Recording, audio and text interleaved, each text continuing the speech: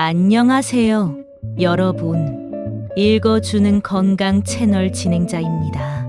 오늘 아침에 일어나 보니 정말 쌀쌀하더군요. 어제까지만 해도 따뜻했는데 하루 아침에 이렇게 추워지니까 제가 먼저 걱정되는 게 우리 어르신들 혈압이에요.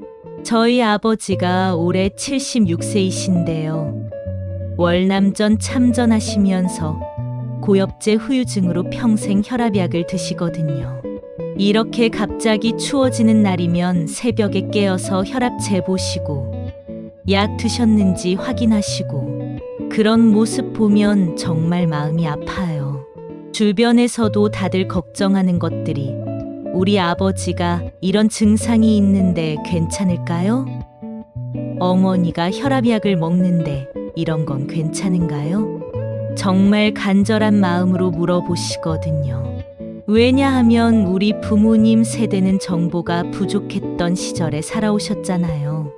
인터넷도 없었고 건강 정보라고 해봐야 신문의 작은 칼럼 정도. 그런데 지금은 워낙 의학 정보가 발달해서 조금만 알아도 훨씬 건강하게 살 수 있는 시대가 됐어요. 오늘은 바로 그런 이야기를 해드리려고 합니다. 60, 70대 되시면서 가장 무서워하시는 두 가지, 심근경색과 뇌졸중. 이거 어떻게 막을 수 있는지 정말 실용적인 방법들만 골라서 차근차근 말씀드릴게요. 그리고 오늘은 평소보다 좀 더 자세히 말씀드릴 거예요. 뭔가 하시면서 편하게 들으세요. 설거지 하시면서, 빨래 개시면서, 산책하시면서, 뜨개질 하시면서 다 괜찮습니다. 제가 옆에서 이야기하듯이 천천히 말씀드릴게요. 먼저 왜 이런 추운 날씨가 심장과 뇌에 더 위험한지부터 말씀드릴게요. 이거 정말 중요한 내용이거든요. 우리 몸은 추위를 느끼면 체온을 유지하려고 혈관이 수축됩니다. 쉽게 말해서 몸 안의 열을 빼앗기지 않으려고 혈관을 좁혀서 피의 흐름을 줄이는 거죠. 그런데 문제는 혈관이 좁아지면 혈압이 올라간다는, 같은 양의 피가 좁아진 혈관을 지나가려면 더 센 압력이 필요하거든요. 평소에 140 정도 나오던 분이 갑자기 170, 180까지 올라가는 경우가 정말 많을 거예요. 실제로 응급실에서 일하시는 의사 선생님들 말씀을 들어보면 첫눈이 내리는 날이나 갑자기 추워지는 날에는 심근경색이나 뇌졸중 환자가 2에 3배 늘어난다고 해요. 그만큼 기온 변화가 우리 몸에 미치는 영향이 크다는 거죠. 저희 아버지도 그래요. 평소엔 약 드시고 관리 잘 하시는데 이런 추운 날 아침에는 꼭 혈압이 확 올라가세요. 그래서 저희가 겨울철에는 특히 더 신경을 쓰죠. 아침에 일어나시면 제일 먼저 혈압부터 재보시거든요. 지난 겨울에는 한번 정말 깜짝 놀란 적이 있어요. 아버지가 아침에 일어나서 혈압을 재봤는데 200이 넘게 나온 거예요. 평소에는 약 드시고 140 정도 나오시는 분이 갑자기 200이 넘으니까 저희가 얼마나 당황했는지 몰라요. 다행히 병원에 가서 검사해 보니 일시적인 현상이었고 약을 조금 조정하고 나서는 안정이 됐어요. 그런데 그때 의사 선생님이 하신 말씀이 겨울철에는 이런 일이 정말 많다. 특히 고령자분들은 기온 변화에 혈관이 민감하게 반응한다고 하시더라고요. 혈압이 갑자기 올라가면 뭐가 문제냐? 심장은 평소보다 더 세게 펌핑해야 하고 뇌혈관은 더 큰 압력을 받게 됩니다. 여기에 원래 혈관이 좁아져 있거나 막힐 위험이 있던 분들은 정말 위험한 상황이 될 수 있어요. 특히 새벽 시간이 가장 위험합니다. 왜냐하면 잠에서 깨면서 혈압이 자연스럽게 올라갔는데 여기에 찬 공기까지 만나면 혈압이 급상승하거든요. 실제로 심근경색이나 뇌졸중 환자의 40% 이상이 오전 6시에서 10시 사이에 발생한다는 통계가 있어요. 그리고 또 하나 중요한 건 탈수 현상이에요. 겨울철에는 목이 덜 마르다고 생각해서 물을 적게 마시는 분들이 많아요. 그런데 난방 때문에 실제로는 몸에서 수분이 많이 빠져나가거든요. 탈수가 되면 혈액이 끈끈해져요. 피가 끈끈해지면 혈관을 막을 위험이 높아지죠. 특히 잠자는 동안 6에 8시간 물을 안 마시면 아침에 일어날 때 혈액 농도가 가장 진해져 있어요. 그래서 새벽 시간대가 더 위험한 거예요. 또 하나는 활동량 감소예요. 추우니까 밖에 나가기 싫어지죠. 집 안에서만 지내다 보면 운동량이 급격히 줄어들어요. 근육을 안 쓰면 혈액순환도 나빠지고 혈관의 탄력성도 떨어져요. 제가 아는 한 분은 여름에는 매일 공원에서 산책을 하셨는데 겨울이 되니까 아예 집 밖을 안 나가시더라고요. 그러다가 3개월 만에 병원에서 혈관 검사를 받았는데 여름보다 혈관 상태가 많이 나빠져 있었다고 해요. 우리 몸이 보내는 경고 신호들, 그럼 우리 몸이 위험할 때 어떤 신호를 보내는지 알아보죠. 이거 정말 중요해요. 빨리 알아채면 살 수 있거든요. 제가 20년 넘게 건강 관련 일을 하면서 가장 안타까운 사례들을 많이 봤어요. 그때 조금만 더 빨리 병원에 갔으면 하는 경우들이 정말 많거든요. 우리 몸은 절대로 갑자기 무너지지 않아요. 미리 신호를 보내요. 그 신호를 놓치지 않는 게 중요해요. 심근경색의 경고 신호들, 먼저 심근경색이요. 많은 분들이 심장마비라고 하면 갑자기 쓰러지는 걸로만 생각하시는데 사실은 미리 신호를 보내요. 첫 번째, 가슴 통증입니다. 그런데 이게 단순한 통증이 아니에요. 가슴을 누군가 꽉 조이는 것 같다. 무거운 돌덩이가 가슴을 누르는 것 같다. 코끼리가 가슴 위에 앉아 있는 것 같다. 환자분들이 이런 식으로 표현하세요. 이 통증은 보통 15분 이상 지속되고 쉬어도 나아지지 않아요. 일반적인 근육통이나 소화불량과는 확실히 달라요. 그리고 가만히 있어도 아픈 게 특징이에요. 저희 아버지도 한번 그런 적이 있으세요. 밤에 갑자기 가슴이 답답하고 아프다고 하시면서 계속 가슴을 주무시더라고요. 처음에는 체했나 싶어서 소화제를 드렸는데도 나아지지 않았어요. 그래서 응급실로 모셨는데 다행히 심근경색은 아니고 협심증 초기 증상이었어요. 그때 의사 선생님이 잘 오셨다. 이런 증상은 절대 집에서 버티면 안 된다고 하시더라고요. 진짜 다행이었어요. 두 번째는 식은땀이에요. 갑자기 식은땀이 줄줄 나면서 얼굴이 창백해지는 거죠. 이건 몸이 극도의 스트레스 상황에 놓였을 때 나타나는 반응이에요. 더위 때문에 나는 땀과는 완전히 달라요.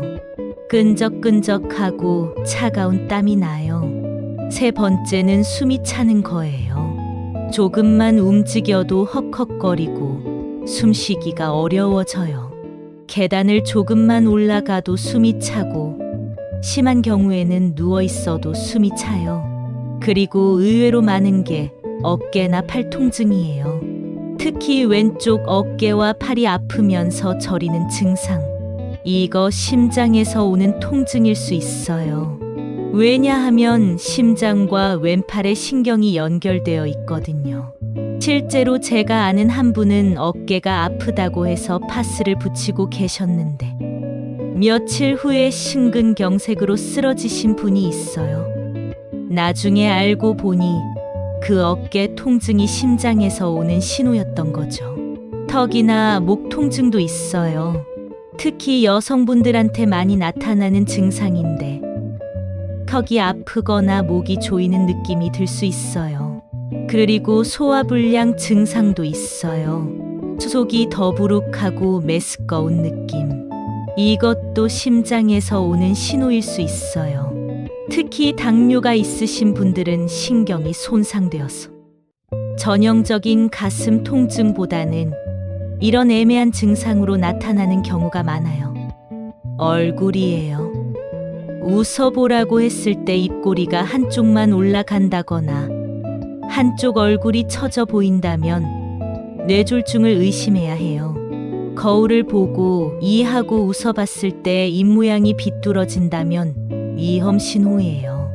양손을 앞으로 뻗어보라고 했을 때 한쪽 팔이 아래로 떨어진다면 위험 신호예요. 또는 한쪽 팔에 힘이 없어서 들어 올릴 수 없다면 이것도 뇌졸중 증상이에요.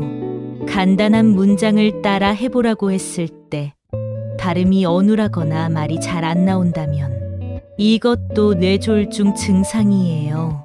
간장, 공장, 공장장 같은 간단한 말도 제대로 못하게 돼요. 시간이에요. 위의 증상 중 하나라도 해당된다면 시간을 다투는 응급 상황이에요. 즉시 119에 신고해야 해요. 그런데 뇌졸중은 이런 명확한 증상 외에도 다른 증상들이 있어요. 갑작스러운 심한 두통이 있어요. 평생 이렇게 아픈 적이 없다고 할 정도의 극심한 두통이 갑자기 생기면 뇌출혈을 의심해야 해요. 시야 장애도 있어요.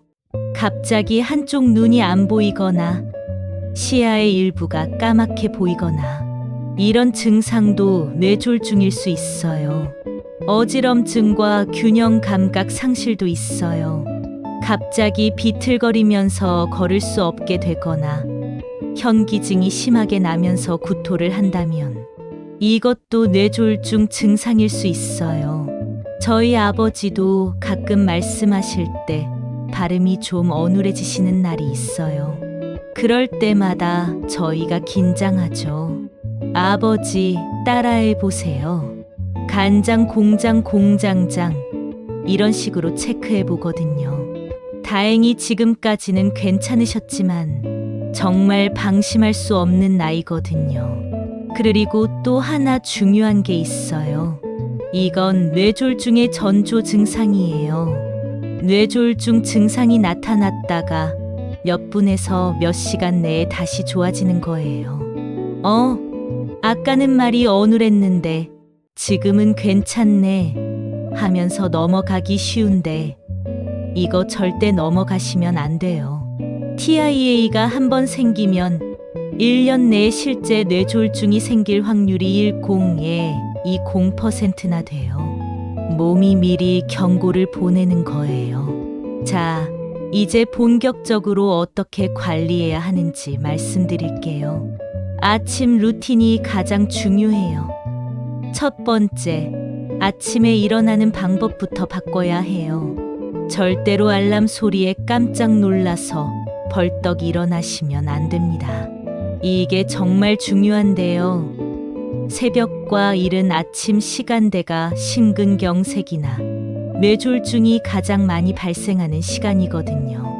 이불 속에서 먼저 손가락, 발가락부터 천천히 움직여 주세요. 주먹을 쥐었다, 펴기를 10번, 발목을 앞뒤로 움직이기를 10번. 이런 식으로 말초 혈액순환부터 시켜주는 거예요. 손목도 시계 방향, 반시계 방향으로 각각 10번씩 돌려주시고요. 그 다음에 무릎을 구부렸다, 펴기를 몇 번 하시고 목을 좌우로 천천히 돌려주시고 어깨도 위아래로 으쓱으쓱 해주세요. 이런 식으로 몸을 깨워주신 다음에 일어나세요. 그리고 나서 천천히 침대 가장자리에 앉아서 1에 2분 더 앉아 계시다가 천천히 일어나세요. 그리고 일어나자마자 화장실 가는 것도 조심하세요.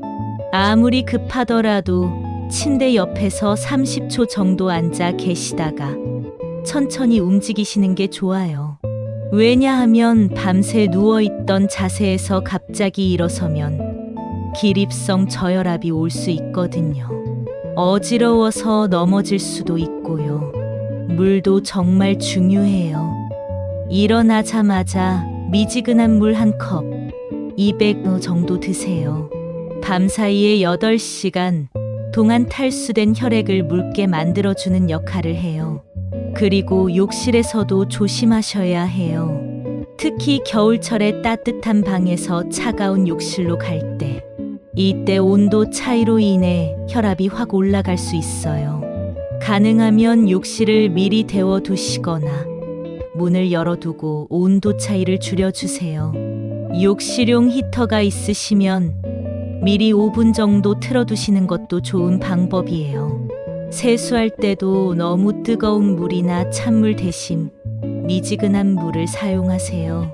그리고 세수 후에 얼굴을 닦을 때도 너무 세게 문지르지 마시고 부드럽게 톡톡 두드리듯이 닦아주세요. 두 번째, 혈압약 복용법이에요. 많은 분들이 오늘은 기분이 좋으니까 안 먹어도 되지 않을까?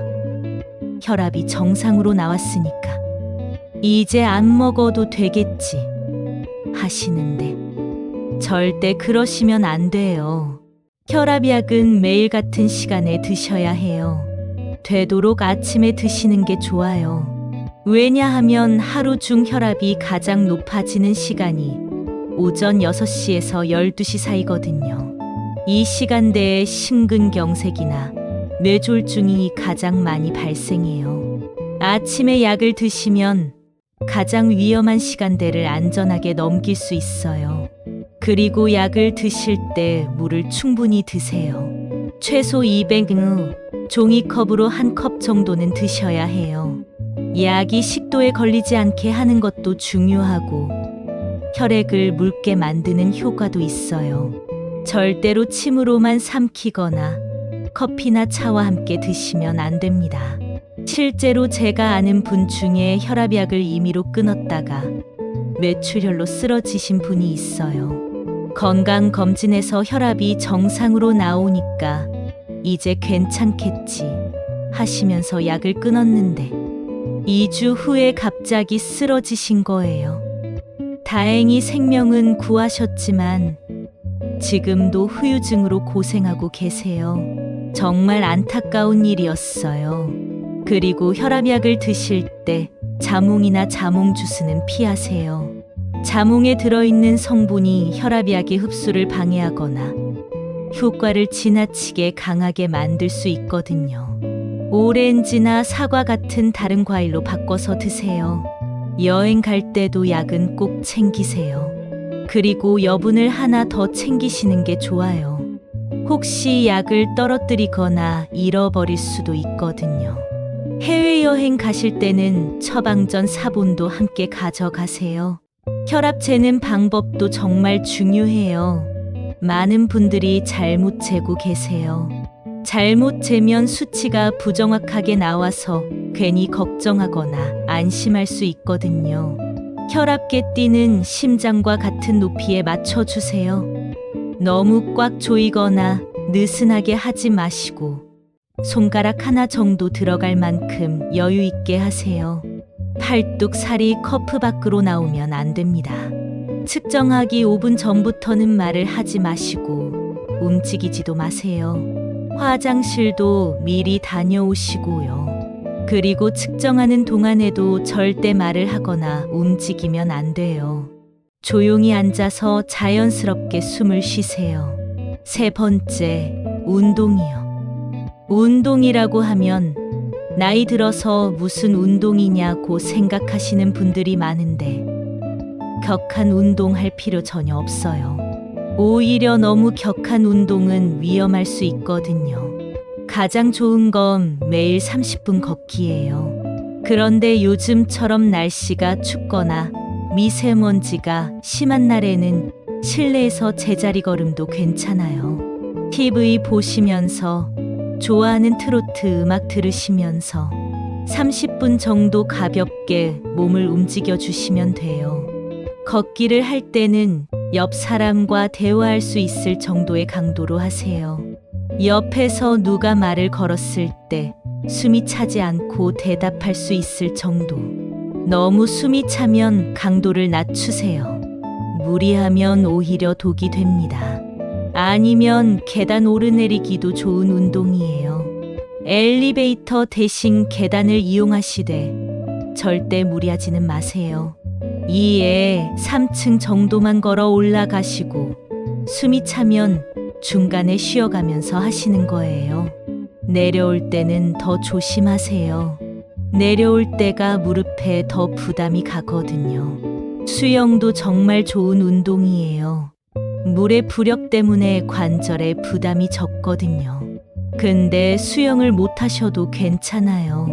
수영장에서 물속에서 걷기만 해도 충분해요. 다만 수영장 물이 너무 차가우면 혈관이 수축할 수 있으니까 주의하세요.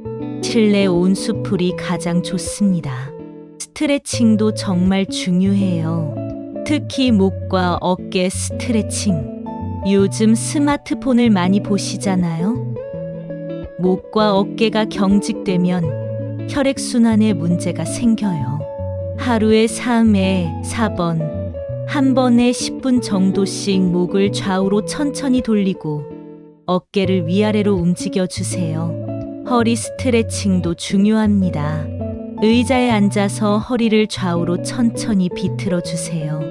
그리고 허리를 앞으로 숙였다가 뒤로 젖히기를 반복하세요. 단, 너무 무리하지 말고 통증이 있으면 즉시 중단하세요. 그리고 운동할 때 주의사항이 몇 가지 있어요. 새벽 운동은 되도록 피하세요. 새벽 4시에서 8시 사이는 혈압이 가장 높은 시간대거든요. 이 시간에 운동하면 오히려 위험할 수 있어요. 오후 2시에서 4시 정도가 운동하기에 가장 좋은 시간이에요.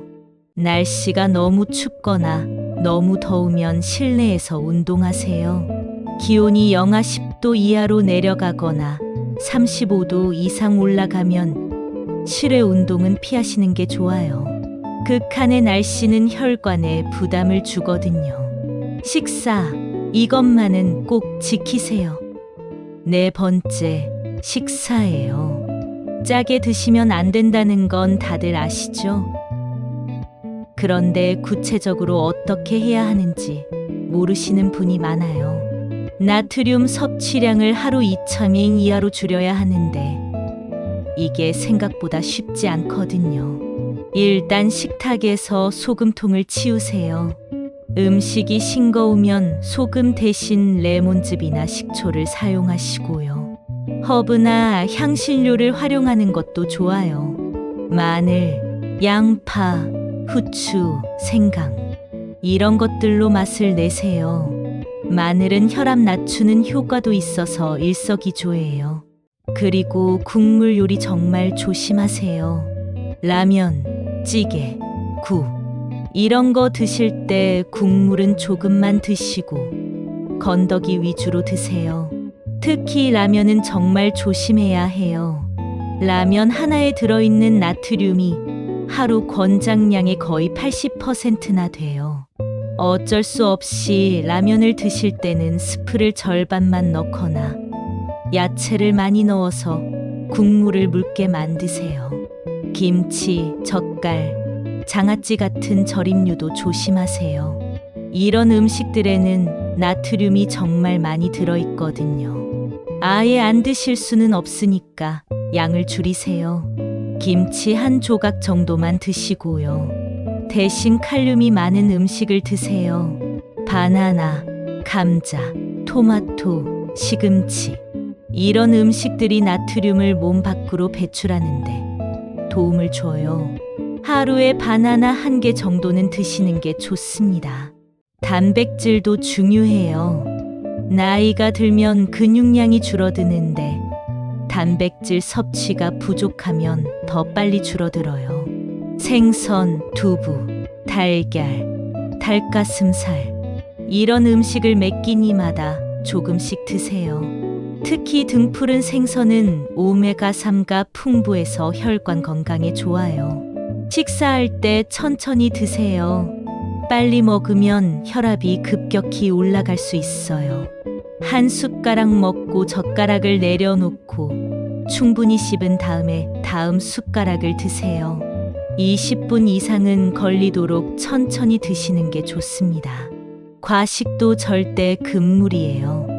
배가 부르면 심장에 부담이 가거든요. 평소 드시던 양의 80% 정도만 드세요. 조금 부족한 것 같다는 느낌이 들 때가 적당량이에요.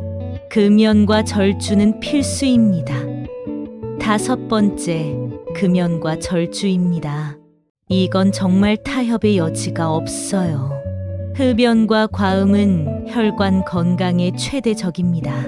담배 한 대를 피울 때마다 혈관이 1호에 이 공분 동안 수축해요. 하루에 한 갑을 피우시면 혈관이 거의 하루 종일 수축 상태에 있는 거죠. 하지만 지금이라도 늦지 않았습니다. 금연을 시작하신 지 20분 후부터 혈압과 맥박이 정상으로 돌아오기 시작해요. 1년 후에는 심장병 위험이 절반으로 줄어들고요. 10년 후에는 비흡연자와 거의 비슷한 수준이 됩니다. 금연이 어려우시면 금연 클리닉의 도움을 받으세요. 보건소에서 무료로 운영하는 곳도 많아요. 금연 패치나 금연 약물도 도움이 됩니다. 술도 마찬가지입니다.